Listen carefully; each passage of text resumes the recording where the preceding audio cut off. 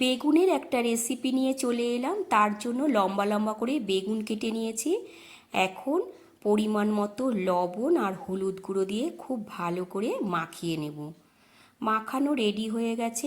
কড়াইতে সর্ষের তেল গরম করে নিয়ে এবার বেগুনগুলো ভেজে নিতে হবে।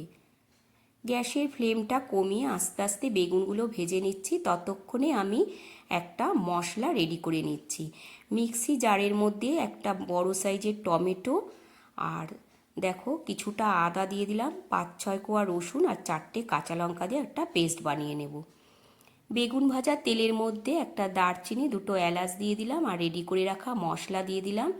মশলার মধ্যে পরিমাণ মতো লবণ, হলুদ দিয়ে দিলাম আর দিয়ে দেব 1 চামচ কাশ্মীরি লঙ্কার গুঁড়ো একটু কালারের জন্য। এখন মশলা কষিয়ে নিতে হবে। মশলা অনেকটাই কষানো হয়ে এসছে দেখো।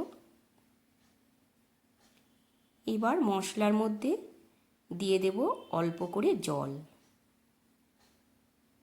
জল দিয়ে একটু ফুটিয়ে নিচ্ছি।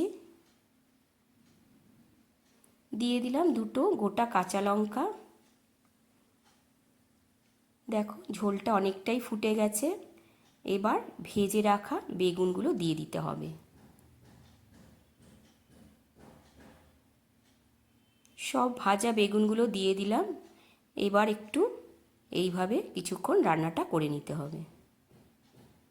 একদম মাখা মাখা হয়ে গেছে। তারপর আমি দিয়ে দিলাম একটু ফ্রেশ ক্রিম আর দিয়ে দিচ্ছি গুঁড়ো করে কসৌরি মেথি।